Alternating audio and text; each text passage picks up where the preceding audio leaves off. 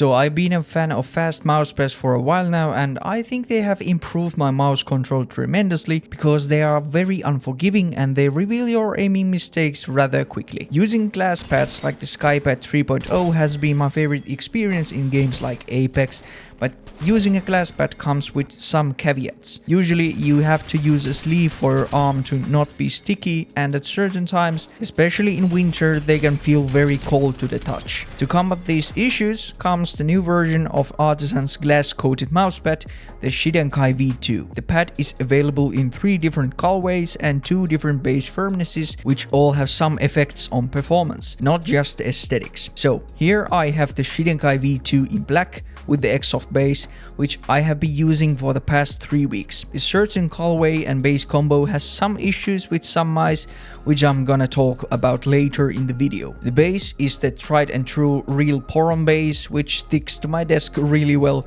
and it offers really nice cushioning to my wrist. The stitching is also very nice in a true artisan fashion. It's not as tight as other artisan pads I have, but I would assume that is because of the surface material. Also because of the material, the Xsoft one feels firmer than other Xsoft ones I have from Artisan, which is why they haven't felt the need to make a soft version separately. The pad is glass coated and it has these tiny glass beads weaved in with the fabric that provide some really low friction. The surface feels also very unique and has this slightly silicone feeling to it. The surface doesn't stick to my arm at all, and I have not needed a sleeve on this during my time of testing. It gets rather filthy looking pretty quickly, but can be cleaned with the microfiber cloth quite easily. Coming from a Skypad, the glide on this pad is something very familiar. You get a very similar feeling of static and dynamic friction, maybe slightly slower, but some of that can be from the Xsoft base. The surface also has a slight texture to it, so you still get some nice feedback through your skates.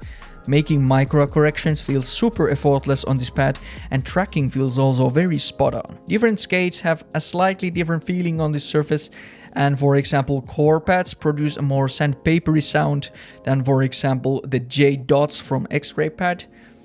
The stock skates on my ULX feel very buttery smooth on this also. If we compare the very rough friction measurements taken with my digital force meter to other pads in the speed category, namely the Skypad 3.0 and Artisan Raiden Xsoft, we can also see that it is just right between those in terms of static and dynamic friction. Of course, these measurements differ slightly day by day by the amount of humidity you have, what skates you have, what grip you use, etc. So don't take these as gospel though. It is just to give a rough estimate about how the pad performs. So then to the issues. My WL Mouse Beast X and G-Wolf's HTX don't work with this pad at all. They track very stuttery without any weight on top, but right after I grab my mouse normally, they lose tracking entirely. It seems like the sensor gets too close to the surface and can't read the surface correctly. I've tried higher LOD, thicker skates, etc., and nothing seems to help with this issue. Another mouse that has some issues but not as bad is the GPX2. To get this mouse working with this pad, you need to disable the gaming surface mode on the G-Hub settings. With that off and some core pads installed, the mouse works flawlessly like 95% of the time, but I still get some random spinouts with the GPX2. Lastly, problems are also happening on the ULX if you tend to panic aim. It also loses tracking if you press the mouse too hard on the pad, but I have that issue happen to me in game maybe once or twice.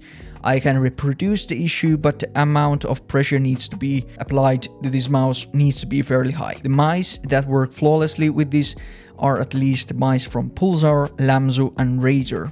I haven't tried others with this, but usually the mice with the sensor skate work pretty well. From others and from the helpful Artisan rep on Twitter, I've confirmed that these issues happen only on this black Xsoft version, which they are probably gonna fix soon in later batches, but for the time being, if you are using either of the mice I had problems with, my recommendation is to go with the white or the orange version, maybe preferably with the mid base. I have the white one in Xsoft ordered, so I will make a short video but the difference is when I have that on my desk. But the problems aside, I truly love this pad and my aim feels incredibly effortless with it. That is why I already ordered the white one, like I mentioned. In game, I can choose to have more control with applying a slight amount of pressure, and it is just a very versatile fast pad. Durability wise, I haven't noticed any slowing down yet, but I haven't used this long enough to say anything more about it durability wise. Usually coated pads can slow down after some time, but time will tell how this holds up. But I think that is it for this video.